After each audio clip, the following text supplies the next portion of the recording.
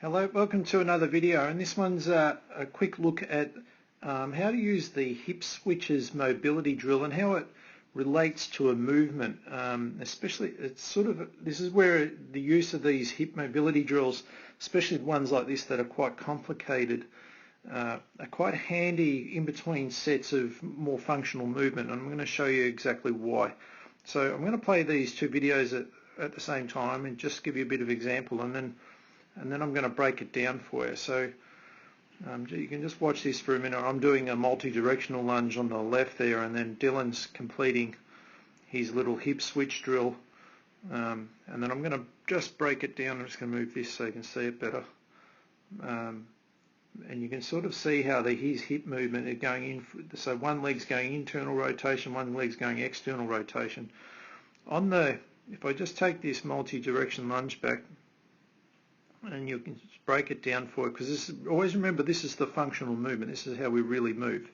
So when I perform this multi-directional lunge on this angle, all right, so I'm stepping and I'm moving out to there, that trailing leg has to have an internal rotation. It sort of has to rotate in. So you can, if you looked carefully when I was doing it, then you will see that my leg will actually point right at the heel on the front leg.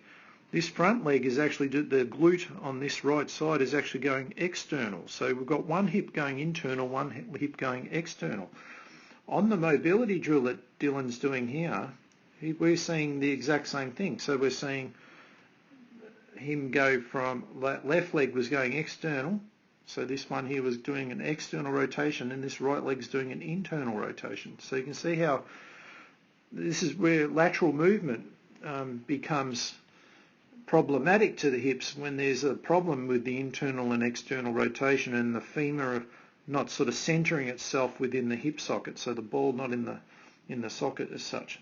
That's where these drills that Dylan is doing are trying to sort of really free this area up and trying to help it sort of rotate within the socket instead of moving out and around it, and that's where it starts scuffing cartilage, fraying tendons, and you get the pinching feeling that you get with hip impingements, FAI type stuff.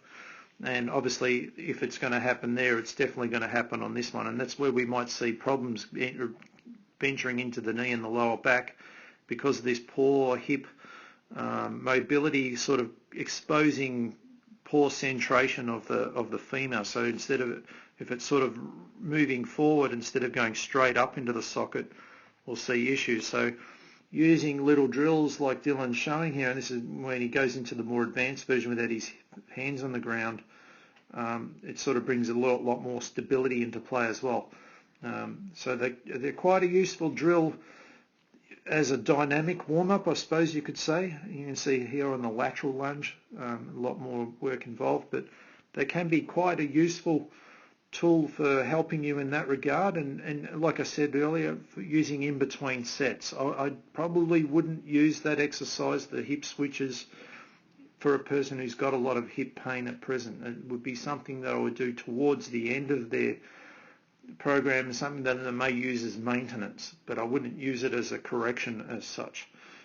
Just too difficult for them to control it. There's much better choices of ways to do that, much simpler, more effective methods. But in terms of a dynamic thing to keep it away, for sure, it's a great thing to use. All right, so that's an example of how mobility exercises are different to stretches, and that they do require some sort of element of stability, and because they're moving, it sort of translates more into the movement than just holding the stretch as we're seeing here. Like if Dylan just holds that stretch, that's a good stretch, but it doesn't really transfer into changing any of this. All right, so I hope that explains how to use that exercise, because I had a few questions relating to it. So yeah, and we'll show you the video relating to the standing version of that in a minute.